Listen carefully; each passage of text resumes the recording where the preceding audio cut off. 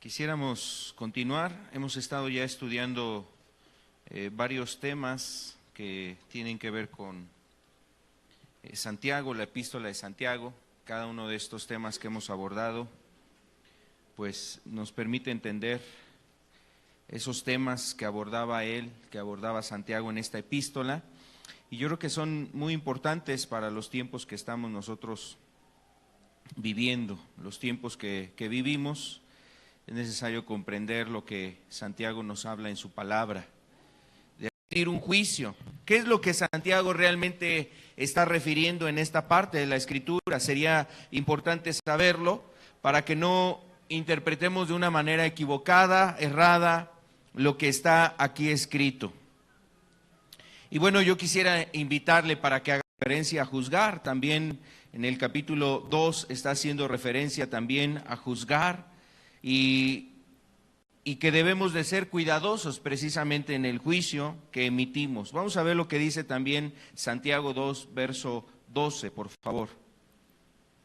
Santiago 2, 12 dice: así hablad, así haced, como los que habéis de ser juzgados por la ley de la libertad.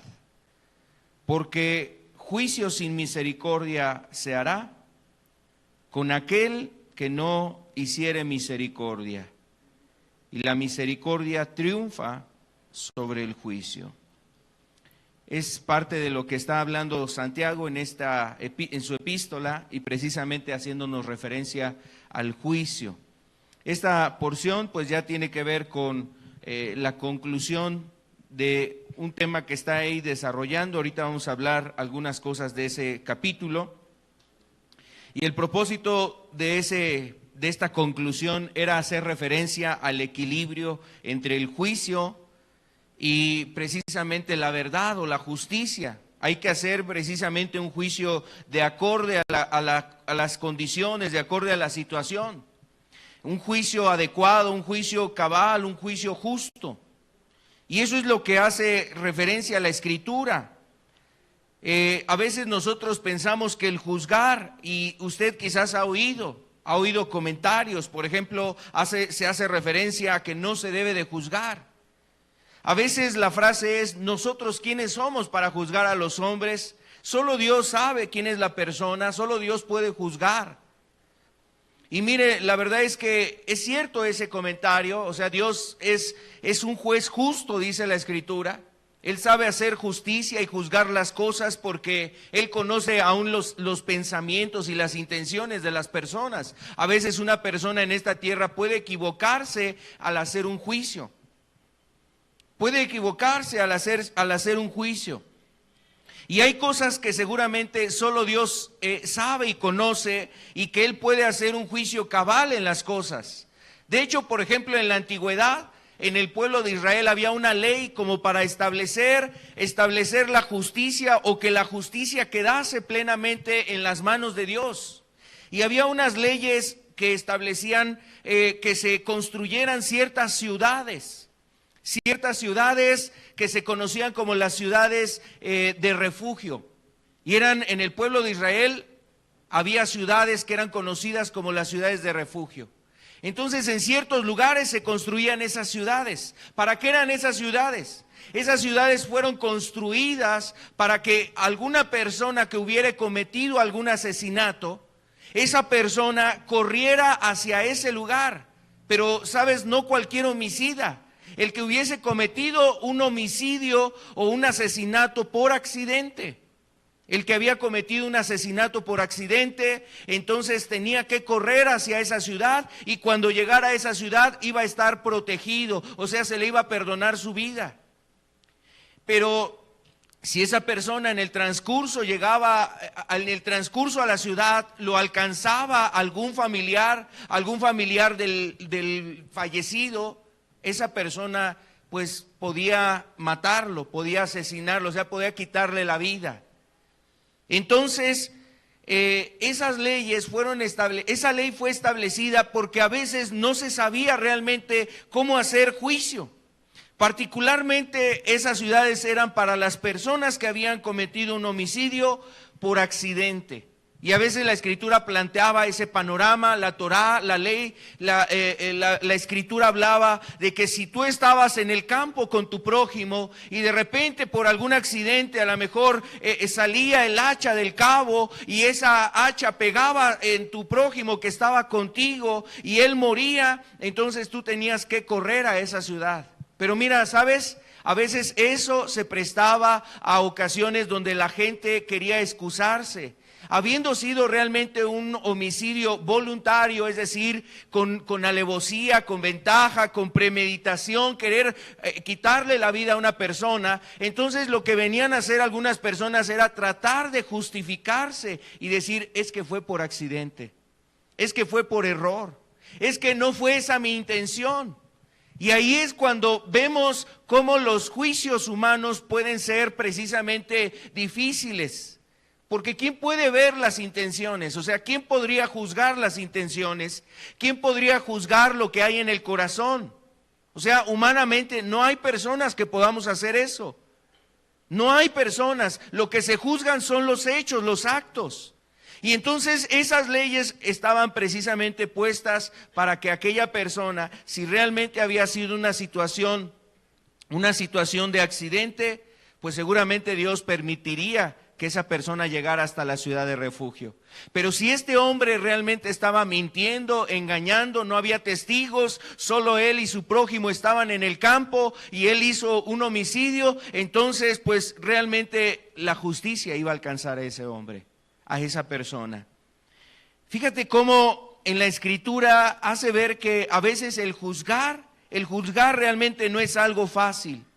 Y cuando hablamos de juzgar, no me refiero a criticar, porque juzgar y criticar no es lo mismo. A veces la persona lo entiende así o lo ha visto así, juzgar y criticar, o sea, pareciera que para ellos es un sinónimo. Juzgar y criticar es lo mismo. No estamos hablando de ese tipo de cuestiones. Hay personas que pues muy fácilmente pueden hacer un comentario, una crítica. Pueden hacer un comentario, como decía aquí también Santiago en el capítulo 4, y hace 8 días hablábamos precisamente también de la lengua, que nos habla ahí el capítulo 3 sobre a veces lo que se dice, lo que la lengua expresa, y es muy fácil que de alguna manera con nuestra boca pronunciemos algunos comentarios, algunas frases sobre ciertos actuares, pareceres, opiniones que hay, sobre desacuerdos que hay, y eso de alguna manera es muy fácil hacerlo, pero juzgar es un asunto que la Biblia nos habla sobre algo que debemos de tener mucho cuidado. Porque el juzgar implica evaluar, o sea, examinar, analizar, pero también el juzgar implica determinar la acción de la persona, los hechos de la persona o los dichos de esa persona. El juzgar implica dos cosas, evaluar, examinar, o también implica la otra como dictaminar una sentencia. Estas dos cosas, evaluar y dictaminar una sentencia, analizar y dar un veredicto. Estas dos cosas están en un juicio. Entonces, imagínese, cuando la Biblia nos está hablando precisamente sobre el juzgar, es porque muchos de nosotros tomamos ciertos juicios o tenemos que hacer ciertos juicios. De ahí la Escritura nos invita a que hagamos un juicio de manera justa, adecuada. Y el juicio va a ser muy importante. La Biblia realmente no prohíbe el juzgar. Más bien la Biblia nos ayuda, nos muestra cómo se debe de hacer un juicio. Por ejemplo, en la Escritura encontramos varios pasajes donde hay personas que tuvieron que emitir juicios sobre cómo se actuaba y un veredicto sobre lo que se hizo.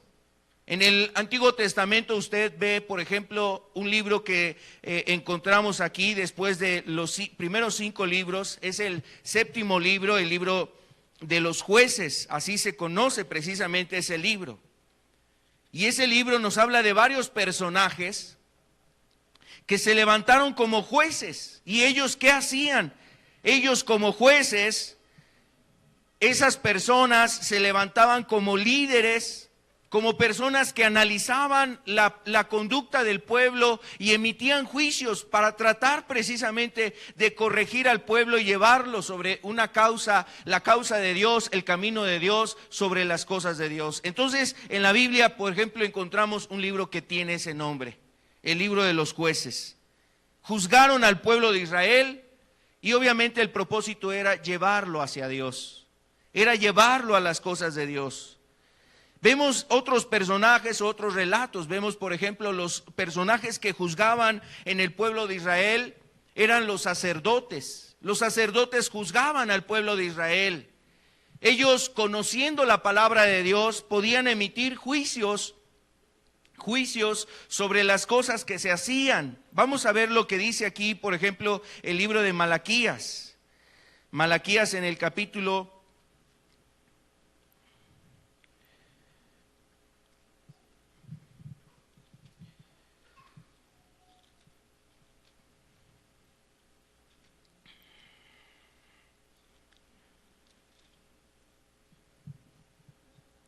2, el capítulo 2, por favor, en el verso 6.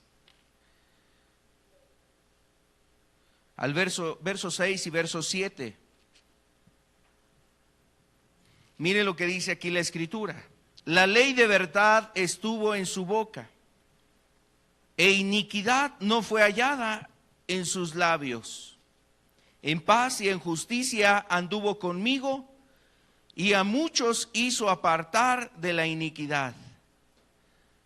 Porque los labios del sacerdote han de guardar la sabiduría, y de la boca del pueblo y de su boca el pueblo buscará la ley.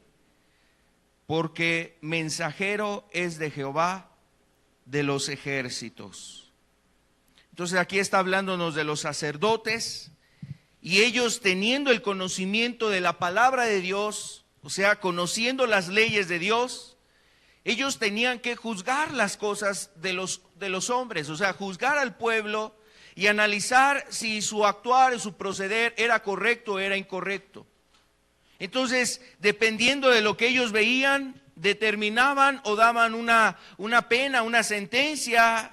Eso implicaba para algunos de ellos, por ejemplo, ofrecer sacrificios. Para algunos era una restitución, para otras personas era una sentencia todavía mayor, porque a veces las personas tenían que ser llevadas a un castigo. Por ejemplo, hablando lo del homicidio que decíamos hace un rato, si había testigos, si ese homicidio había sido con premeditación, entonces la persona era juzgada y era sentenciada a la muerte. Entonces ellos juzgaban las cosas, analizando toda la situación para emitir un juicio, precisamente emitir un veredicto sobre ese actuar. Ellos juzgaban. Entonces había distintos personajes en el Antiguo Testamento que llevaban esta labor. Cuando no hubo sacerdotes o los sacerdotes estaban desviados, ¿qué pasaba? Venían los profetas. Los profetas también eran hombres que juzgaban al pueblo. Y por ejemplo, aún Dios usó a muchos profetas para anunciar juicios contra distintas naciones. Y se expresaba en esos juicios. Por ejemplo, el libro de Jeremías es un libro que habla de juicios que vendría sobre otras naciones o sobre el mismo pueblo de Israel. Isaías, los profetas como Miqueas, Amós, había precisamente anuncios de juicios que Dios hacía, ya sea a su pueblo o hacia otras naciones. El cómo ellos habían procedido. Entonces, a través de estos personajes había precisamente un juicio de cómo se vivía o qué es lo que estaba haciendo el hombre, las naciones, etcétera. Entonces, lo que nosotros observamos en la Escritura es que realmente la Escritura no está prohibiendo el juzgar. Lo que la Escritura quiere poner en nosotros es el cómo juzgamos. El que tengamos cuidado de cómo juzgamos las cosas. La Biblia nos muestra la actitud adecuada para juzgar, y esto va a ser muy importante, ahorita vamos a hablar de eso. La actitud para juzgar. ¿Qué debemos de evitar para cometer, qué errores debemos de evitar en un juicio? Cuando tú estás juzgando una cuestión, un asunto, ¿qué cosas debes de evitar? nosotros debemos de poner cuidado. Nuestro juicio, mira, debemos de tener algo en cuenta. Nuestro juicio no debe de dañar o destruir a otros. Ahora, cuando digo esto, no implica que el juzgar quiere decirse que para no dañar a esa persona, pues hay que pasar por alto la falta. No, las cosas deben de juzgarse de acuerdo a las acciones. Y la Biblia en eso nos habla. Nos habla, por ejemplo, qué cosas son pecado. Nos habla cuestiones que tienen que ver con el parecer de las personas, la opinión, la manera de ver. Por ejemplo, la Escritura hace diferencia en eso. Y un ejemplo muy claro, hablando de los juicios que a veces deben de emitirse en las iglesias, los juicios que debe de haber dentro de una congregación. Primera de Corintios capítulo 5 nos hace referencia a qué cosas deben de ser juzgadas, cuidadas dentro de una congregación. Porque si hay un congregante, si hay un cristiano, si hay un hombre que dice que es cristiano y anda y está cometiendo algunas faltas de las que habla Primera de Corintios, entonces la Escritura dice hay que tomar un juicio, o sea, hay que hacer un juicio en esa situación. Hay que ver precisamente el proceder de esa persona, hay que ver si ha incurrido en esas faltas, hay que ver las razones y hay que emitir un juicio para ver precisamente la situación en la que se encuentra esa persona. Pero también, por ejemplo, la Biblia nos hace referencia a los pareceres. Y esto es muy importante porque en el juicio que luego se hace, nosotros debemos de distinguir qué es realmente pecado y qué es un parecer. Por ejemplo, en Romanos capítulo 14, habla ahí, por ejemplo, sobre las situaciones de la comida. Algunas personas pues tenían la libertad de comer carne, otras personas no tenían la libertad de comer la carne, y era el parecer de una persona y el parecer de otro. Y que esa situación se juzgara, debería de juzgarse de una manera diferente. No puede juzgarse de la misma manera, por ejemplo, en comparación a lo que la Biblia le denomina pecado. Entonces, ese tipo de cosas son importantes. Nosotros debemos tener en cuenta que nuestro juicio puede dañar o puede destruir a otras personas. Por eso debemos de juzgar las cosas como nos lo enseña la palabra. Hacer un juicio con justicia, con verdad. Un juicio en donde encuentre o donde se halle también misericordia. Y ahorita vamos a comprender esto. Quiero hablarle de los errores que podemos cometer al juzgar. ¿Cuáles son los errores que podemos cometer al juzgar? Hay tres cosas que nosotros debemos de cuidar al hacer un juicio. Y una de ellas es hacer acepción de personas. Ahorita vamos a explicar cada una de ellas. La primera es hacer acepción de personas. La segunda es creer que nosotros sabemos todo, lo sabemos todo, o sea, la persona que va a juzgar, que él piense que lo sabe todo, debemos de cuidar eso. Y la tercera es confiar en la justicia propia, que el que está llevando a cabo el juicio confíe en su propia justicia. Que confíe en su propia justicia. Estas tres cosas son las que se deben de cuidar, estos son los errores en los que podemos caer y que debemos de cuidar. Vamos a hablar acerca de la acepción de personas, acepción de personas.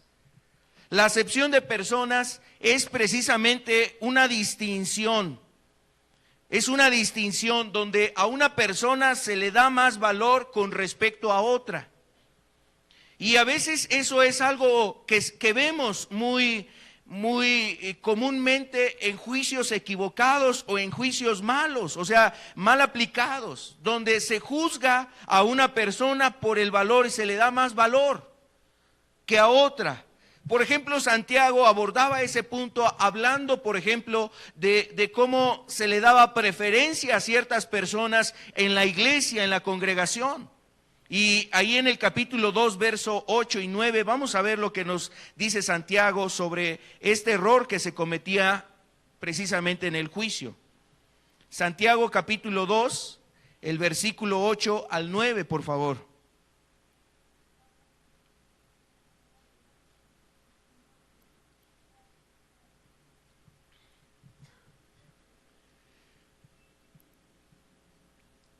Dice aquí la Escritura: si en verdad cumplís la ley real conforme a la Escritura, amarás a tu prójimo como a ti mismo, bien hacéis.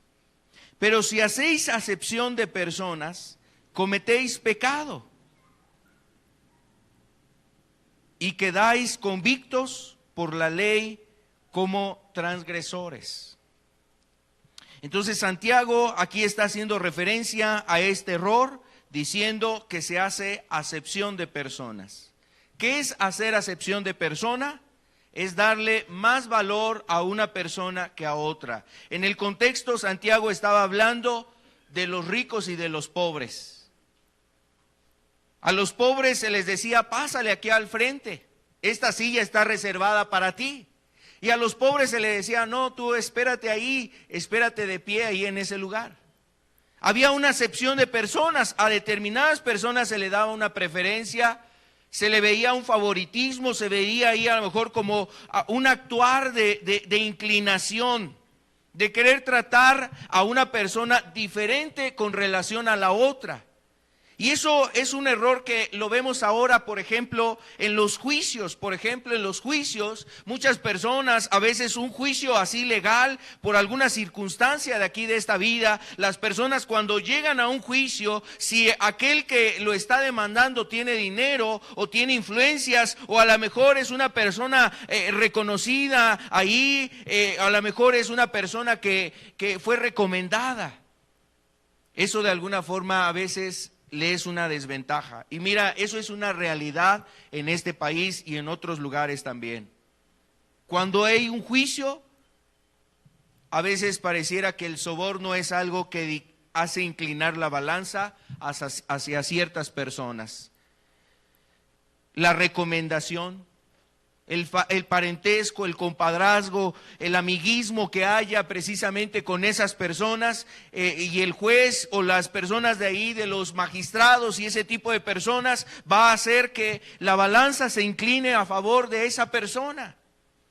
Y eso genera cuánto daño ha generado eso, cuánta injusticia ha generado eso. Yo creo que aquí en México es una de las voces que más se escuchan precisamente en juicios. Personas que han sido encarceladas en base a que el juicio no fue un juicio justo, porque la persona que ganó ese juicio algo tenía que ver con el juez, era recomendado, era un amigo, hubo cohecho, hubo algún soborno, y eso cuánta destrucción genera. Bueno, hacer acepción de personas, ¿cuánto destruye? Lo vemos en este caso. Ahora imagínense, vámonos a un ambiente ya más de nosotros, o sea, donde podemos nosotros juzgar.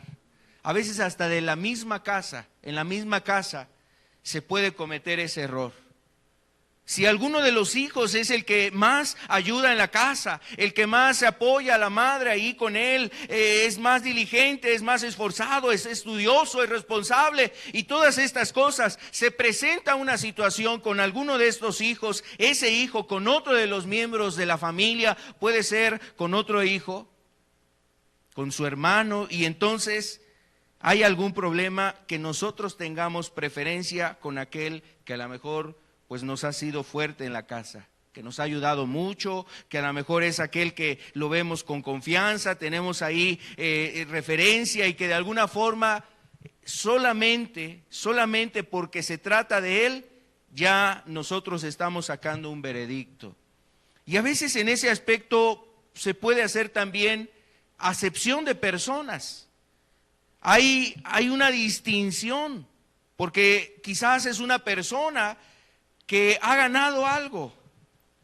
Entonces, la preferencia que existe entre personas puede ser un familiar, un amigo, un rico, el pobre, la mujer o el hombre. Hacer la excepción de personas porque se trata de una mujer. Mira, ahorita ahorita que hay estas leyes de cuidado sobre la mujer, pues está bien, o sea, está bien que haya todo eso.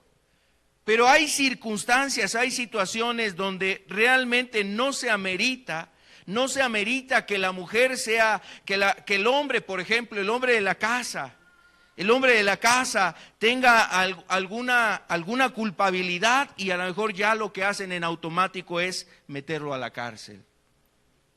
Solamente por estar cuidando y protegiendo.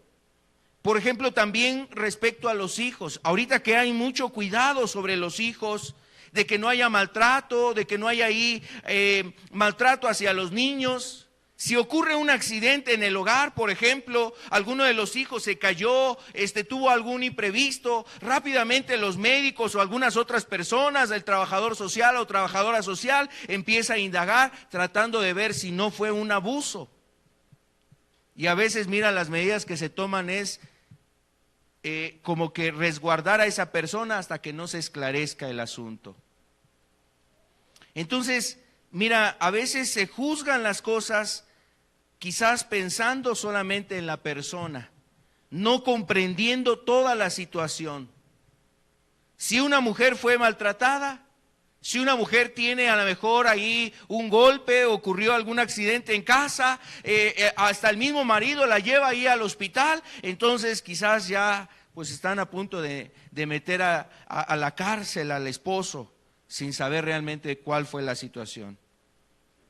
Porque se trata de una mujer. Y como ahorita hay que cuidar a la mujer y hay que tratar precisamente a la mujer con mucho cuidado y todo esto, mira, eso no era de ahorita. Eso siempre debió de haber sido, que se le diese a la mujer su lugar, no solamente porque haya ahorita todos los ojos puestos precisamente en torno a los temas de la mujer y a la dignidad de la mujer y al papel de la mujer, no es solamente de ahorita.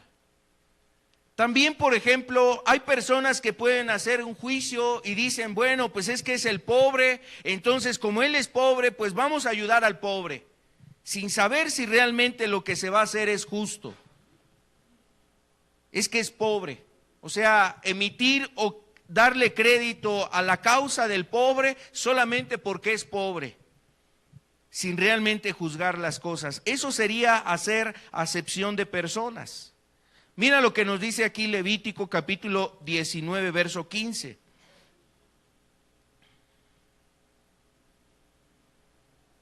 Levítico 19, verso 15 dice, no harás injusticia en el juicio, ni favoreciendo al pobre, ni complaciendo al grande. Con justicia juzgarás a tu prójimo. No harás injusticia en el juicio, dice, ni favoreciendo al pobre, ni complaciendo al grande. Con justicia juzgarás a tu prójimo. Entonces, cuando se comete este error en un juicio, hacer acepción de personas, juzgamos a la persona por cómo es. A lo mejor el título que posee, yo no hice nada, yo estoy hasta acá, él se cayó. O a lo mejor llora y otros tomamos esa postura de decir, ya de haber hecho algo fulanito de tal. Entonces ya lo tenemos aquí presente. Mire, nosotros a veces nos podemos quedar con esos conceptos. Imagínense que esa situación la apliquemos en un juicio. Esa situación en nosotros la apliquemos en un juicio, pues eso va a generar una acepción de personas, que inclinemos la balanza, pero es que ya te conozco. Y a veces esa es la frase con la cual queremos convencer a aquella persona, es que yo ya te conozco cómo eres. Y sí es importante conocer a los hijos y conocer a aquella persona, pero a veces no quiere decir que todas las cosas van a ser realmente como se han dado en otros eventos. Cuán importante es ser cuidadoso en ello. A veces también, por ejemplo, las personas podemos cometer otro error. El error que podemos tener al hacer un juicio es creer que nosotros conocemos todo.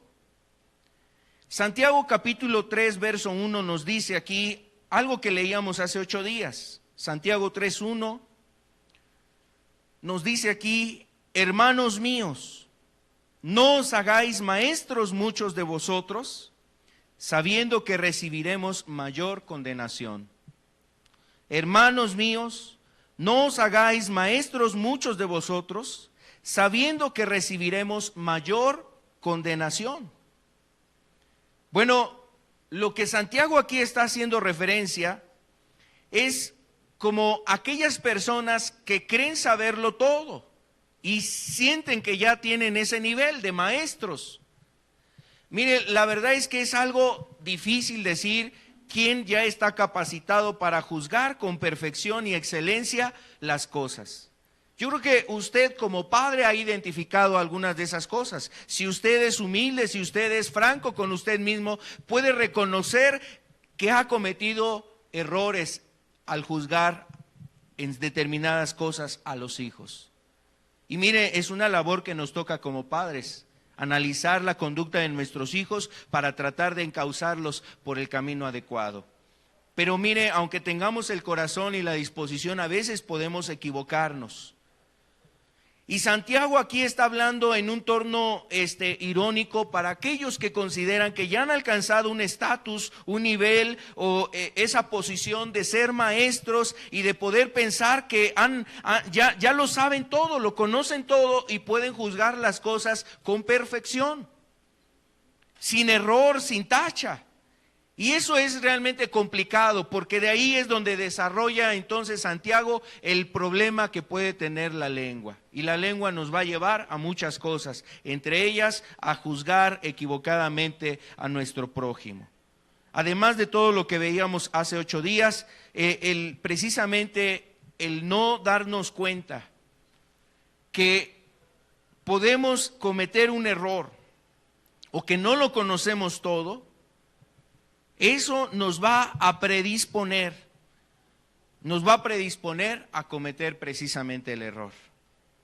De hecho, ahí Proverbios, por eso Proverbios está relacionado con Santiago, porque Proverbios nos dice que antes de la caída es la altivez de espíritu.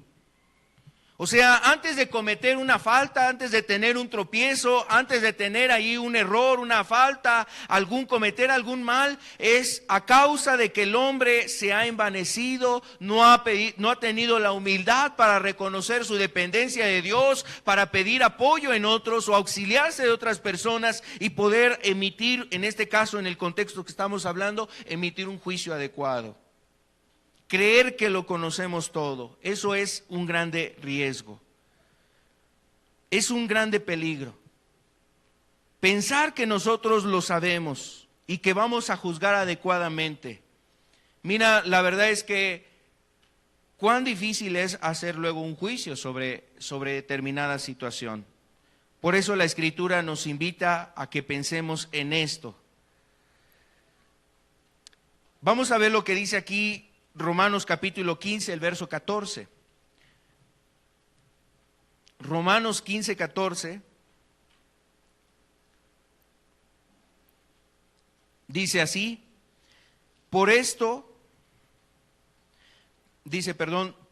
pero estoy seguro de vosotros, hermanos míos, de que vosotros mismos estáis llenos de bondad, llenos de todo conocimiento, de tal manera que podáis amonestaros los unos a los otros. Estoy seguro de vosotros, hermanos míos, que vosotros mismos estáis llenos de toda bondad, llenos de todo conocimiento, de tal manera que podéis amonestaros los unos a los otros. Pablo, los textos anteriores, el capítulo anterior, inclusive se dio a la tarea de ayudar a tratar problemas de opiniones y pareceres. Es decir, donde había la opinión de una persona que te refería, una persona decía, yo no como esto porque no creo que esté bien. Y el otro decía, no, pues sí, podemos comer, hay libertad. Podemos comer de esto, y uno no comía carne, el otro sí la comía, y entonces había ahí como que ciertos conflictos. Bueno, alguien tenía que sentarse a juzgar esa situación y ayudar a ambas partes, o sea, ayudar a cada una de esas partes. Y en ese juicio, el apóstol Pablo dice que hay necesidad de poderse ayudar, de poderse instruir, corregir, pero para poderlo hacer, dice aquí el apóstol Pablo, se requiere tener bondad y también se requiere tener conocimiento. Hace un rato decíamos de los sacerdotes, ¿recuerda usted? Los sacerdotes eran los que conocían la ley de Dios y ellos juzgaban precisamente al pueblo, y esto es lo que también nos hace referencia el apóstol Pablo, tener un conocimiento de la voluntad de Dios, tener un conocimiento de cómo juzgar una situación. Eso, la verdad es que es algo que solamente puede proceder de la ayuda de parte de Dios. Juzgar una causa se necesita un conocimiento. Y ese conocimiento tiene que ver con el tema, es decir, es importante conocer el tema. Yo no me puedo sentar a juzgar cosas de las cuales no sé.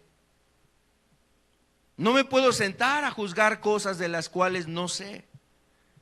Tengo que tener un conocimiento del tema. Por ejemplo, las personas a veces pueden juzgar muy fácilmente el actuar de una persona. Se juzga cómo camina, qué hace, cómo vive, con quién está, pero no sabe realmente la situación de ella. Y a veces se juzga la vida de esa persona sin entender el tema, sin saber realmente el tema. Por ejemplo, imaginemos que yo tengo que juzgar algún asunto de matrimonios. Si yo no sé lo que la Biblia habla del matrimonio, ¿cómo puedo sentarme a juzgar alguna situación así? Si tengo que atender una situación de los niños, con los niños, o sea, algún asunto con los niños, con los hijos, si yo no comprendo lo que la Biblia habla sobre los hijos, entonces, ¿cómo puedo juzgar una situación así? Si no conozco la vida espiritual de una persona, ¿cómo puedo juzgar la vida de esa persona si no conozco esos temas? Y mire, así pasa que inclusive puede haber distintas cosas que se necesitan conocer. Entonces, de acuerdo al tema, nosotros debemos de conocer. Para ello, usted necesita estudiar la palabra de Dios.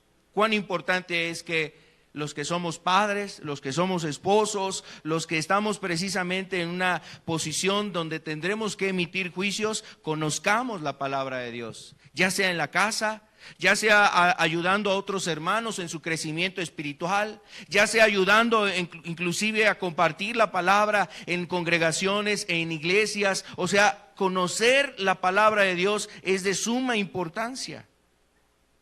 Porque juzgar cosas, juzgar asuntos, juzgar situaciones, se requiere conocer el tema. Ahora, por un lado, implica ese conocimiento, el conocimiento de la palabra de Dios. Por ahí, de repente, algunas personas dicen, es que ya no voy a ese lugar porque he visto estas cosas.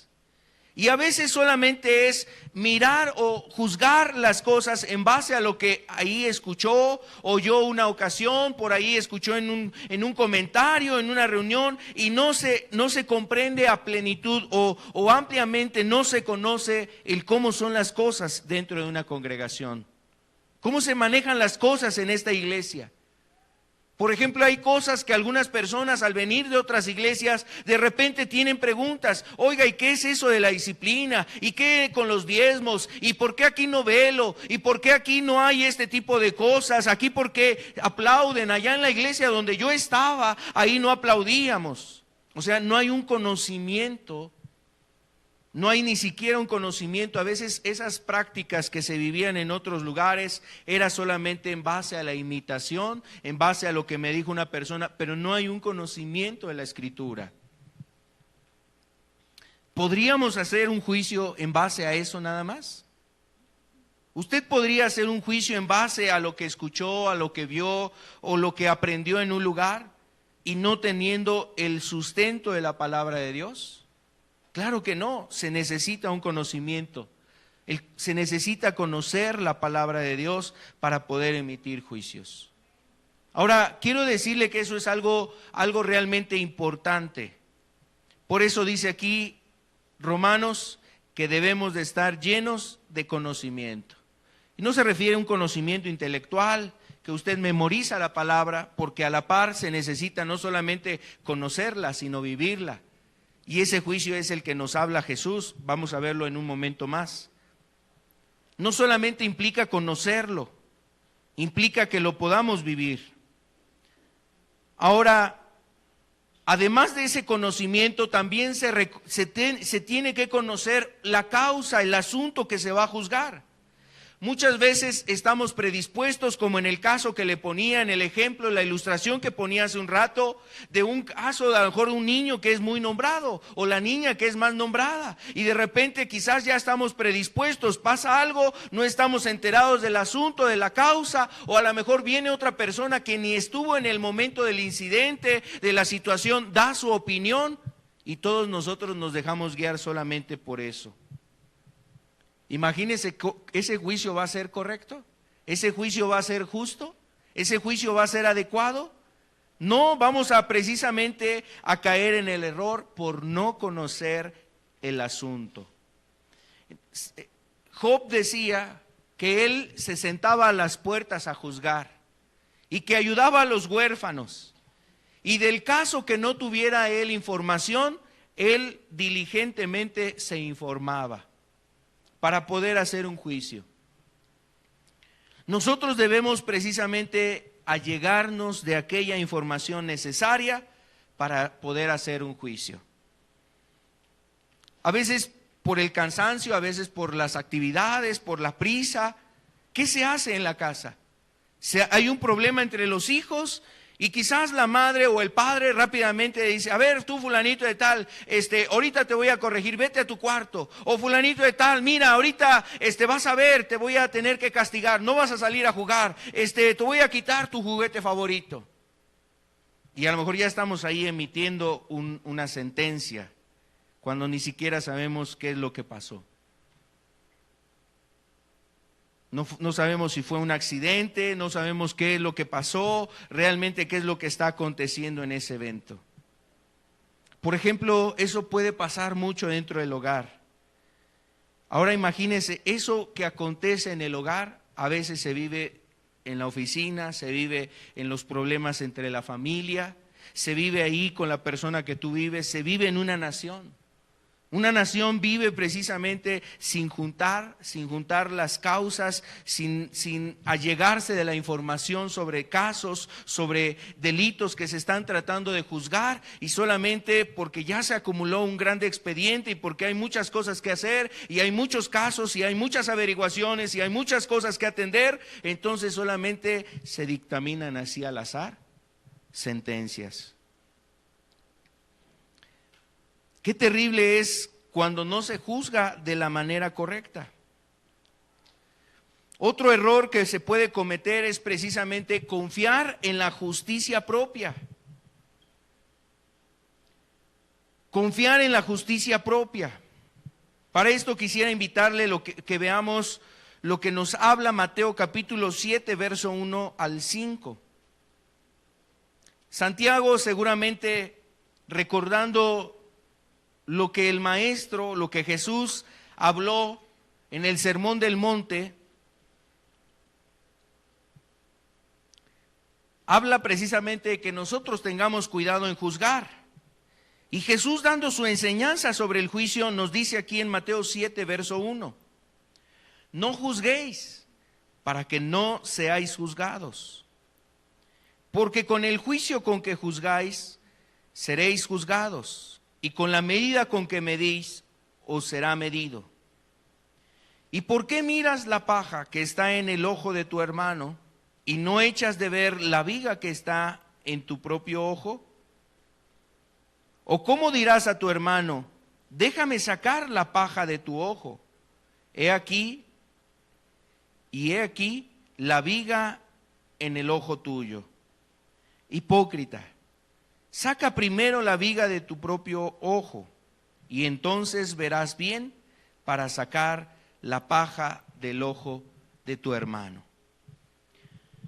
En este contexto, el Señor Jesús está hablando de las leyes correctas o de las leyes que debemos de guardar y obedecer.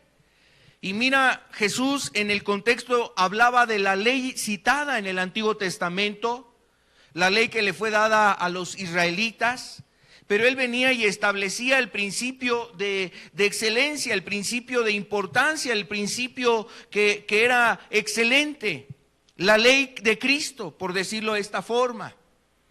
Sin anular la ley que se había dado en el Antiguo Testamento, hablando de las leyes morales, sin anular esas leyes, Jesús venía a explicar el propósito de esas leyes, el espíritu, el fin de esas leyes. Y cuando Jesús está hablando de esto, está refiriendo precisamente del camino excelente. Si alguien quiere agradar a Dios, si alguien busca ser perfecto, si alguien busca glorificar a Dios en su vida, si alguien quiere ser excelente en su vida, este es el camino, y empieza a mostrar el camino que habla todo este pasaje o estos pasajes de Mateo 5, Mateo 6 y Mateo 7. Y empieza a hablar de la vida que agrada a Dios. Entre esas cosas habla del juicio y del juicio justo.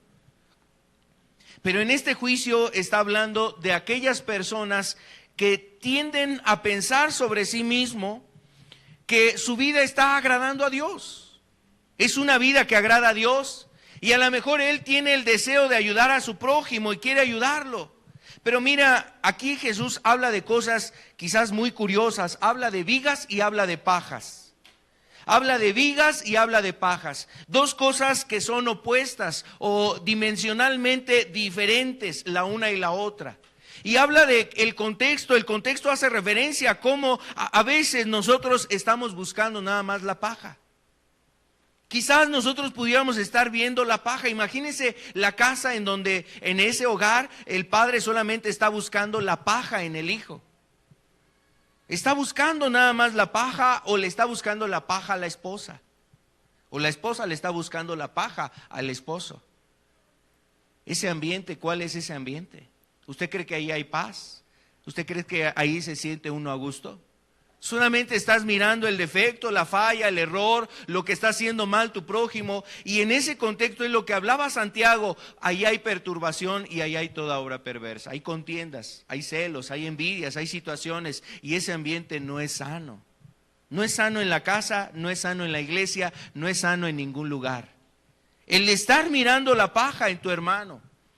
Ahora, eso implica que a veces nosotros lo vemos así. Hay cosas que tú puedes ver como paja y otra persona las ve como viga. O hay cosas que tú estás viendo como una viga y a lo mejor es una paja.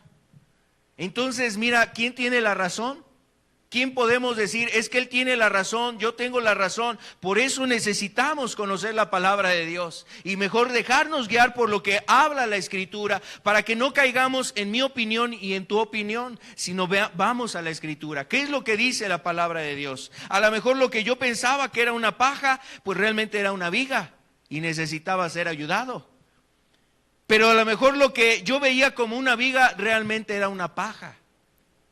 No espero enredarlos en todo esto. A lo que voy es, a veces hay situaciones donde uno puede ver una viga y otro puede ver una paja. Jesús lo plantea de esta manera. Debes de ser cuidadoso cuando quieres ayudar a tu prójimo, porque en efecto puede tener una paja en su ojo, pero tú no te has dado cuenta y tienes una viga en el tuyo. Tu prójimo tiene una paja en su ojo, pero tú tienes una viga en el tuyo. Y sabes, este principio, ¿qué es lo que trata de transmitirlos? Nos quiere transmitir que a veces no debemos de confiarnos, que no debemos de confiar en nuestra propia justicia. Que no debemos de confiar en nuestra propia justicia. Nosotros podemos equivocarnos. Y eso le puede pasar a cualquier persona. Para entender un poquito más esto, cuando alguien toma un vehículo y va manejando en la carretera o en una avenida, tiene algunos accesorios que le ayudan a mirar, a visualizar lo que hay a su alrededor y evitar tener algún accidente. Cuando está hacia el frente, o sea, mirando hacia el frente, pues sus ojos le ayudan. Cuando está mirando o quiere mirar hacia su lado derecho, hay unos espejos ahí laterales, uno en cada lado, del lado derecho y del lado izquierdo. Pero a veces esos espejos están pues no sé cómo decir, esos espejos están cortos en ese sentido, no dan un campo de visión amplia. Y hay algunos puntos que se le conocen como puntos ciegos, porque a pesar de que la persona voltea a mirar hacia ese espejo, no alcanza a ver un vehículo que viene a su costado derecho o a su costado izquierdo, dependiendo de dónde venga. Eso se le conoce como puntos ciegos. Y entonces cuando gira hacia su derecha, si no alcanza a ver a ese vehículo, lo que va a hacer es que va a haber un accidente. Ahora, eso nos deja ver, eso es una ilustración de lo que el Señor Jesucristo aquí nos transmite a nosotros. Al hacer un juicio, tú o yo podemos hacer un juicio, y si hacemos un juicio, ten cuidado de que no estés en un punto ciego. No sea que al querer emitir ese juicio hay algo que tú no estés observando, emites un veredicto y entonces va a haber una sentencia. Eso es algo que puede pasarnos. Hay otra ilustración también muy importante en la naturaleza. Nosotros tenemos 2 ojos y Dios nos ha provisto de esos ojos para poder ver bien las cosas. Pero nuestro ojo, por ejemplo, tiene una cavidad, la cavidad de la retina, donde entra la luz. Y ahí se refleja, ahí llega, ahí topa la luz que entra a nuestros ojos en la retina. Y hay un espacio donde la retina no capta la luz, porque es donde llega el nervio del ojo. En ese lugar es una zona muy pequeña, pero es una zona que no alcanza a mirarse. Se le conoce precisamente como el punto ciego del ojo. Y inclusive hasta hay un experimento que usted puede hacer en su casa. En una hoja de papel puede poner tres letras en el mismo párrafo. Por ejemplo, puede poner una letra A en el extremo izquierdo frente a la hoja. Enseguida puede poner ahí una letra O, un círculo, y hasta el otro extremo de la hoja puede poner ahí un tache. Entonces esa hoja la pone así frente, se tapa uno de los 2 ojos, ya sea el izquierdo, se tapa el izquierdo, y se acerca a la hoja y la va alejando sin perder de vista el tache. Y al empezarla a alejar, llega un momento donde la letra O, la segunda letra que se había escrito, la que está en medio, se pierde, o sea, de reojo no se alcanza a ver. Eso es lo que se conoce como el punto ciego. Ahora, esto se lo describo, ¿sabe por qué? Porque eso tiene también una referencia o una enseñanza para nosotros. Dios nos ha dado 2 ojos, si alguno de nuestros ojos no funciona, entonces tenemos un punto ciego. Pero si ambos ojos están funcionando bien, entonces el uno compensa al otro. Y en un juicio siempre es importante pedir opinión. Siempre es importante tener a alguien que nos ayude a ver algo, lo que no se ha visto. Algo que tú no has alcanzado a ver. Ese punto muerto que no alcanzas tú a mirar. Y eso es lo que trata de decirnos Jesús en esta enseñanza. Tú puedes tener un problema en tu vida que impide que veas bien o con claridad la situación de tu prójimo. Y aquello que ves en tu prójimo en comparación con la situación tuya, pues puede ser muy pequeñito y lo tuyo realmente es algo muy, muy drástico. Imagínese tener una paja en el ojo a tener una viga en el ojo. Pues realmente la dimensión es abismal. Entonces, la situación tuya puede ser más delicada que la situación de tu prójimo. ¿Por qué Jesús trata de decirnos esto? ¿Con qué propósito? Que tú tengas cuidado precisamente en juzgar la situación de tu prójimo. No que no juzguemos, sino que no lo hagamos de alguna forma insensible, que no lo hagas de una manera equivocada, premeditada, equivocada precisamente confiando a lo mejor en ti, confiando en tu justicia, confiando en tu conocimiento o pensando en que conoces todas las cosas, que se pueda hacer un juicio justo. Y esta es precisamente la actitud que trata de transmitirnos también Santiago. Debemos de buscar juzgar las cosas con cuidado. En una ocasión Jesús decía, por ejemplo, que hay personas, al confiar en su justicia, al confiar en su propia justicia, ahí lo habla en Mateo 23, hablando de los fariseos y los escribas, y cuando empieza a hablar de la vida de ellos, está haciendo referencia a que ellos confiaban mucho en su justicia, y llega un momento donde Jesús les dice, ustedes están colando el mosquito y terminan tragándose el camello. Y esto tiene relación con lo que Jesús mismo dijo ahí en Mateo 7. El mirar la paja en el prójimo y entonces no echo a ver que yo tengo una viga en el mío. Cuán importante es que nosotros cuidemos el juicio. ¿Qué dice la Escritura aquí? Juan 7:24, por favor. Juan capítulo 7, el verso 24. No juzguéis según las apariencias, sino juzgad con justo juicio. No juzguéis según las apariencias. Juzgad según las apariencias es juzgar solamente en lo que yo veo, en lo que de alguna forma tengo delante, lo externo. ¿Y sabes eso qué implica? Que si no entiendo la situación, yo no puedo emitir un juicio. Si yo no comprendo el asunto, es mejor que no juzgues esa situación. No sea que entonces dañes. Por ejemplo, a veces hay situaciones dentro de la misma familia que no se pueden aclarar. Uno de los hijos dice una cosa y el otro dice otra. Y a lo mejor si no hay claridad, pues, ¿qué diría un padre? Bueno, pues a los dos les voy a dar. Bueno, eso sería lo más fácil, ¿no? Pero si aquel que realmente era inocente se queda con esa marca en su corazón, mi papá me castigó, mi papá hizo esto en mí y no fue justo.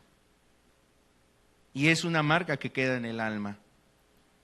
Por eso la Escritura nos dice, debemos de juzgar las cosas con justo juicio. Un asunto con algún hermano. Si no hay claridad en alguna cuestión, cuán importante es que la persona no tenga ese concepto, no se haga ese concepto de decir, bueno, el hermano juzgó esto y lo juzgó de una manera equivocada. Se me hace que hay favoritismo, se me hace que hay preferencia. Mira, a veces hay cosas que no se pueden juzgar, no se llega a un dictamen, o no hay claridad en lo que se debe de hacer. Y es mejor no emitir un juicio a hacerlo y equivocarse y dañar a una persona. Juzgar con justo juicio, dice aquí.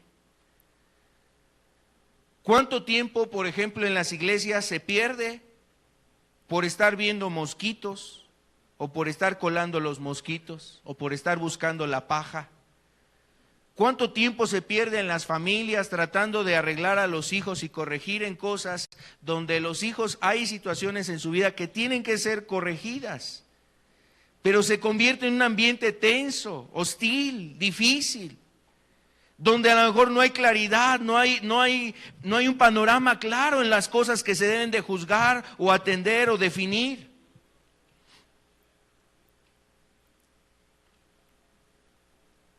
El juicio justo es un juicio que debe de ser empleado para los siguientes fines. El juicio justo debe de ser con una actitud adecuada. Juzgar con justicia, lo que nos dice Jesús es que debemos de juzgar con una actitud adecuada, y eso es lo que también anunciaba Santiago. juzgar adecuadamente. ¿Cuál es el propósito de ese juicio? Primero es ayudar a tu prójimo. Lo que se busca es ayudar a tu prójimo. No es juzgar para tirarlo, ¿no? No es echarle pedradas y criticarlo para acabar con su vida, como para poner el dedo en la llaga, o como para darle la estocada final, o para rematarlo. O sea, no es juzgar para ese fin ni con ese propósito, es hacer un juicio con el propósito de ayudar a tu prójimo. Hay cosas que tú necesitas juzgar en tu vida, en tu familia, en tu matrimonio, estando ahí en donde tú laboras, donde tú estás, en tu búsqueda de Dios. Habrá momentos donde hay juicios en tu vida, o sea, tienes que atender juicios, juzgar cosas. El propósito debe de ser ayudar a tu prójimo. Otro punto es que también debe de ser para restaurar la vida de aquella persona. Si a ti te toca emitir un juicio, es para ayudar a la persona, restaurar su vida, no es para acabarla. Es para hacerle salir del error, para llevarlo nuevamente al camino de Dios. Eso debe de ser la manera de juzgar las cosas, ayudar a tu prójimo para sacarlo del error. Podríamos decirlo en la iglesia, el propósito será para levantar al hermano, buscar la restauración de un hermano. Cuando hay un juicio justo, lo que se hace en una iglesia, la iglesia se edifica. Cuando se juzgan las cosas con justicia, la iglesia es edificada. ¿Cuánto tendrán que orar los hermanos por un servidor y los hermanos que hacemos juicios en la iglesia? Edificar la iglesia. También el juicio justo tiene otro propósito y es santificar la iglesia. Porque como te decía, por ejemplo, en 1 Corintios 5, nos habla del caso que tenían que juzgar los hermanos en esa iglesia de Corinto. Tenían que juzgar el caso de un hombre que estaba cometiendo ahí adulterio, estaba cayendo en pecados de adulterio, en fornicación, y no cualquier tipo de fornicación, sino que estaba teniendo una relación íntima con su madrastra, estaba teniendo intimidad con ella, y el apóstol Pablo, ¿qué hacen ustedes? O sea, ¿por qué no juzgan esa situación? El juicio que se tiene que hacer en ese caso es sacar a esa persona de la iglesia. Esa persona no es un cristiano, no es un hermano, no es un discípulo de Cristo. Esa persona necesita estar afuera de la iglesia, salir de la iglesia y pensar si quiere buscar a Dios, pensar si quiere realmente agradar a Dios y vivir el cristianismo en la santidad que habla la palabra. Entonces a veces hay que emitir juicios así. O a veces son juicios en donde es la opinión de un hermano y la opinión de otro hermano. Y quizás en algunos casos, yo creo que en muchos casos, los juicios requieren precisamente mucho cuidado, mucha atención. El propósito debe de ser de edificar a la iglesia, santificar a la iglesia. Vamos a ver lo que dice aquí Gálatas capítulo 6, verso 1. Gálatas capítulo 6, en el versículo 1.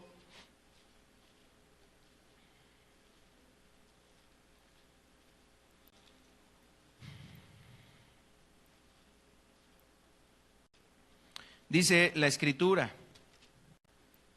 hermanos, si alguno fuere sorprendido en alguna falta, vosotros que sois espirituales, restauradle con espíritu de mansedumbre, considerándote a ti mismo, no sea que tú también seas tentado. Aquí hace referencia a la sensibilidad y al cuidado que debe de haber para ayudar a algún hermano. Y como está hablando en un contexto de que si alguno fuere sorprendido en una falta, para evaluar si es una falta o no, se tiene que hacer un juicio, o sea, se juzga esa situación. Y dice, debemos de considerar El propósito es restaurarle. Debe de ser con una actitud de mansedumbre. La palabra mansedumbre quiere decir dominado, o sea, tener dominio de su propio temperamento. Considerándote a ti mismo. No sea que tú mismo seas tentado.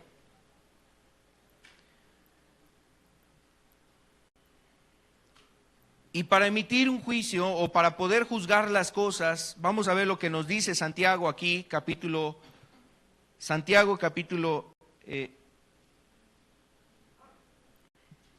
en el capítulo 4, por favor.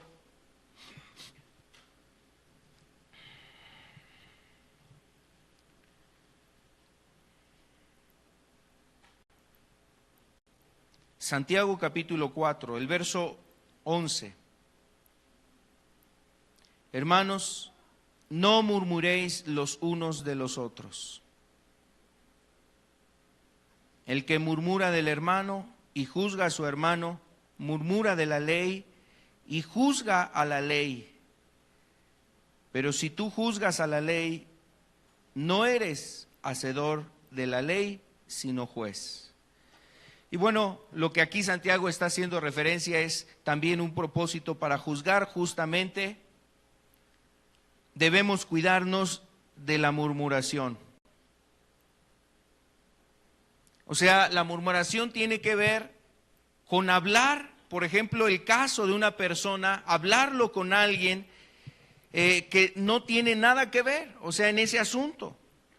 Y se ventila la situación o se habla con alguna persona que nada tiene que ver en el asunto.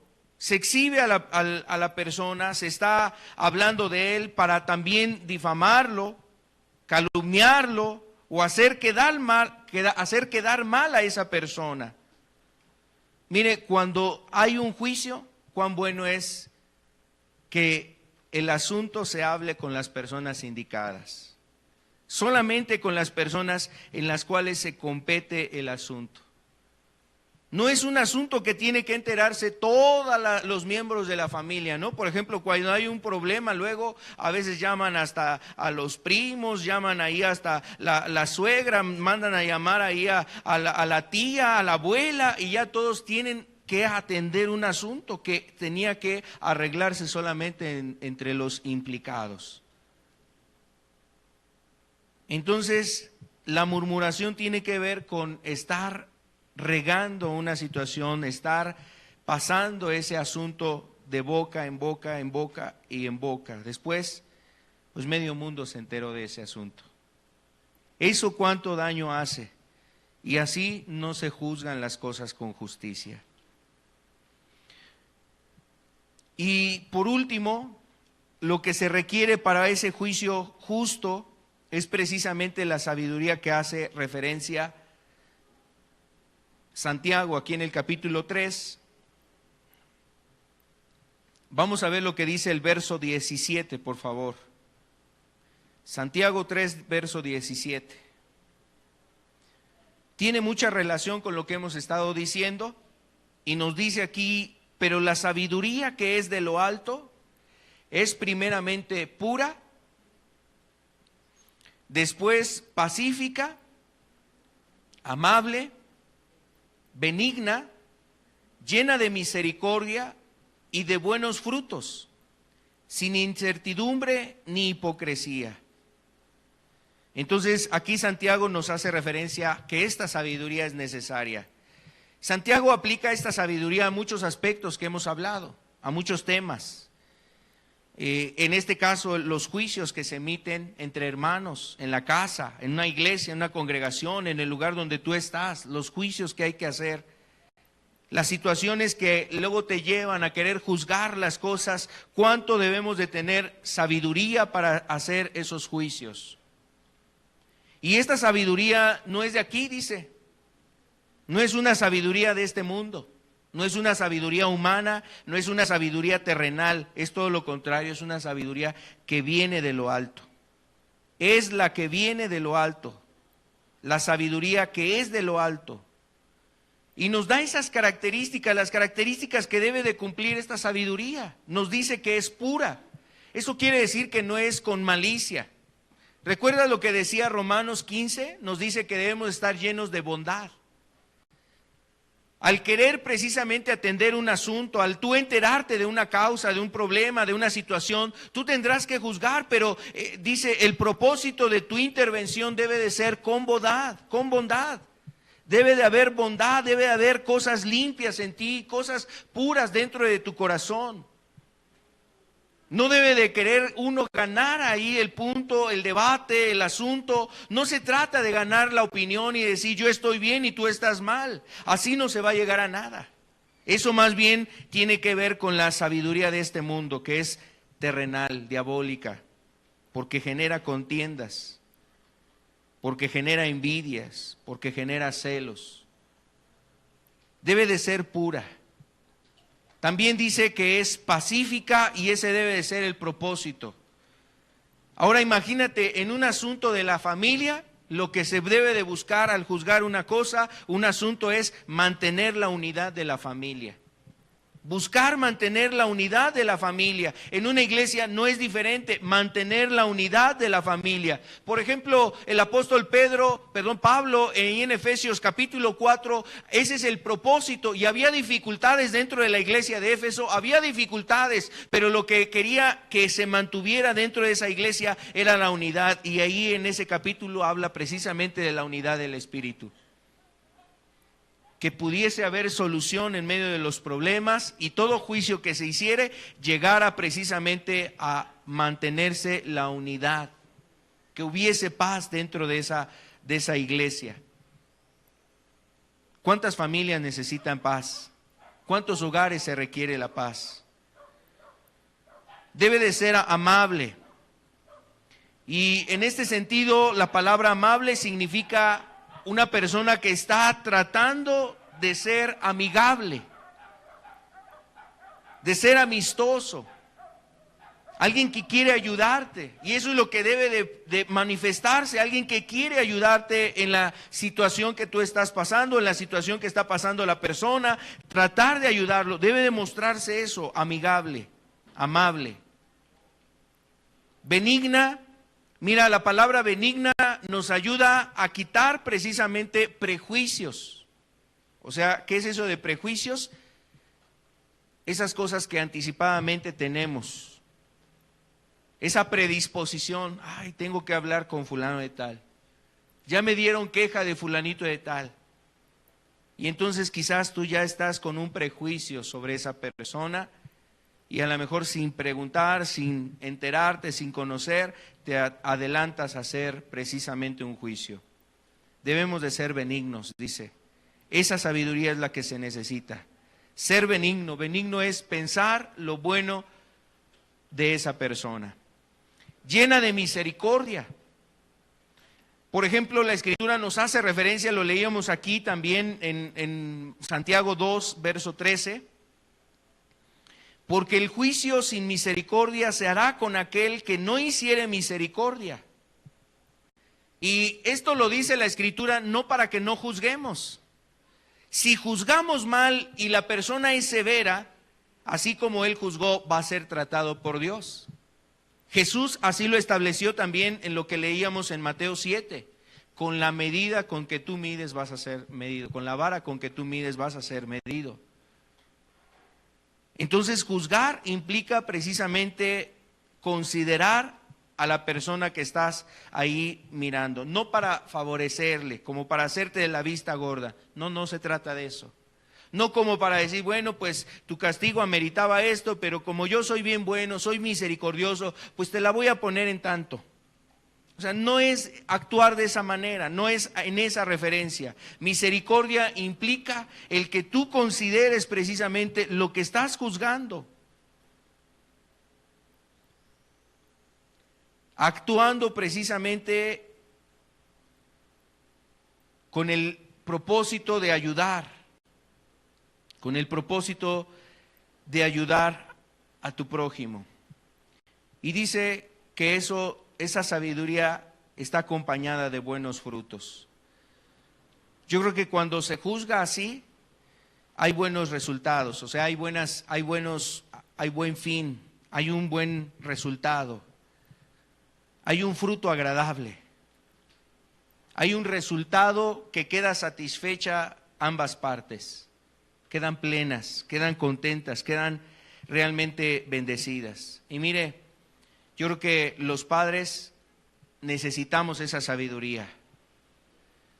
Para juzgar necesitamos tener esa sabiduría que es de lo alto. Entonces, Santiago nos invita a que hagamos también un juicio con justo juicio, que sean nuestros juicios justos. Esta es la invitación que nos hace Santiago y lo cual nosotros debemos de buscar. ¿Por qué no le pedimos a Dios? Yo creo que todos necesitamos de la ayuda de Dios para poder hacer un juicio conforme a lo que nos habla la Escritura. Quiero invitarle para que cerremos nuestros ojos, pidámosle a Dios su ayuda.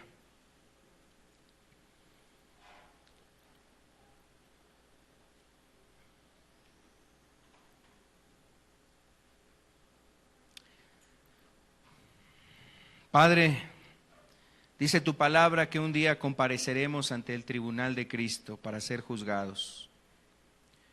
Y Señor, dice la Escritura que tú eres un juez justo, Señor, que darás el pago a cada uno conforme a sus obras.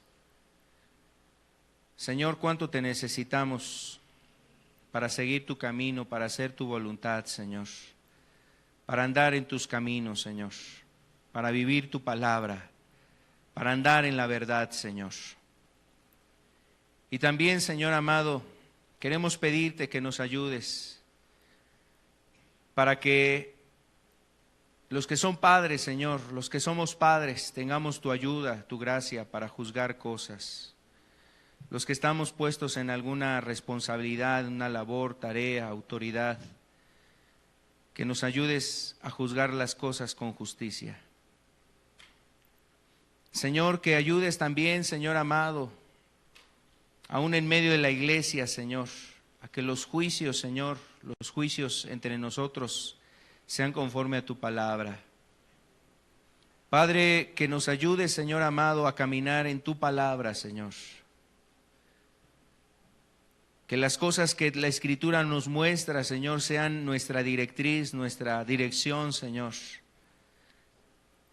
Padre, en el nombre de Jesús, Señor, mira, vemos cuán importante es que en este tiempo se juzgue con justicia.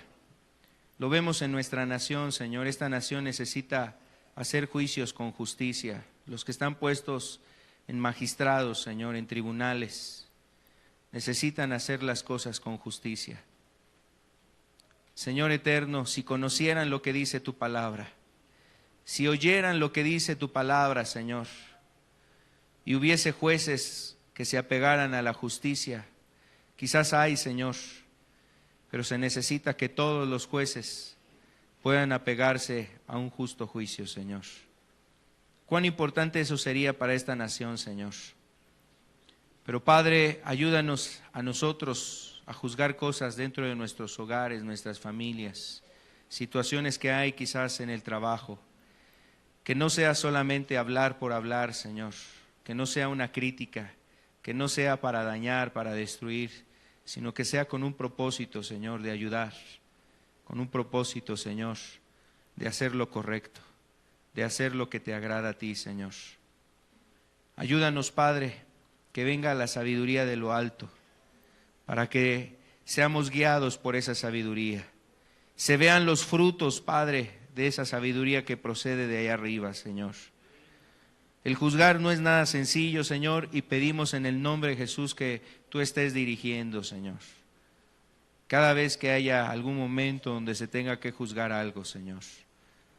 Padre, ayúdanos, Señor, a no emitir juicios a la ligera sobre hermanos o sobre otras personas. Jóvenes que emiten juicios sobre sus padres, juzgando a sus padres, Señor.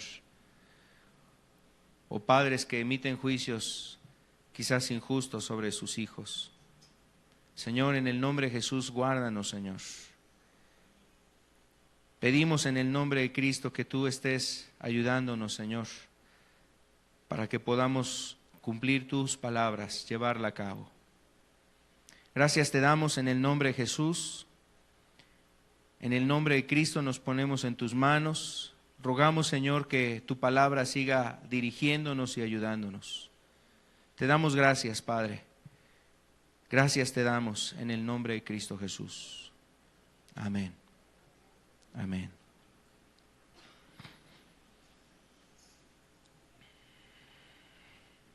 Pues está terminada la reunión. Queremos solamente recordarle, hacer esta invitación a aquellos que no la han escuchado y los que ya la han oído, también nada más recordarle. El día 24 de este mes de marzo, el 24 de marzo, que es sábado, vamos a estar aquí en una campaña, va a haber una campaña de salud. El propósito de esta campaña es precisamente que sean servicios que puedan ser de utilidad, de ayuda a cada uno de los presentes. Va a haber servicio médico, de medicina general, va a haber servicio también de odontología, psicología, de asesoría legal. Va a haber otros servicios o pláticas como nutrición, servicio de veterinaria para alguna necesidad con alguna de las mascotas. También hay un servicio que tiene que ver precisamente con lo espiritual, una plática espiritual, y es prácticamente esta será el día 25 de marzo, será aquí el día domingo 25 de marzo a las 11, es una plática que está relacionada a cómo evitar que un hijo se convierta en delincuente, y se van a hablar algunos puntos de cómo podemos evitar eso. Entonces el día 24 y 25 de marzo va a haber esta actividad aquí, en este lugar. Va a haber algunas carpas o algunas áreas de servicio en la parte externa y otras aquí en la parte interna. También hay un servicio de terapia física para alguna persona que necesita algún tipo de masaje, de terapia de rehabilitación. Se le van a dar algunos consejos y algún servicio en esa área. Entonces, estamos invitándolos el día 25, es la conferencia, domingo, el día 24, desde las 10 de la mañana hasta las 5 de la tarde se va a estar teniendo esos servicios de medicina general, psicología y todo lo que les hemos referido. Entonces, los invitamos. Ahorita algunas personas ya les han dado un volante donde está la invitación de la actividad. Usted puede obsequiarlo, si usted quisiera invitar a alguna persona, algún familiar, algún conocido, para que venga a esa actividad, pues lo puede hacer con libertad. Y dentro de 8 días vamos a estar también repartiendo esos volantitos, esas invitaciones. Se va a estar invitando inclusive aquí a las personas que están alrededor de este lugar, de esta congregación, para que puedan asistir a estas reuniones de servicio médico. Estamos para servirle. Que tenga usted buena tarde. Con la ayuda de Dios estamos aquí el próximo viernes teniendo temas de familia y de matrimonio. Dios le bendiga.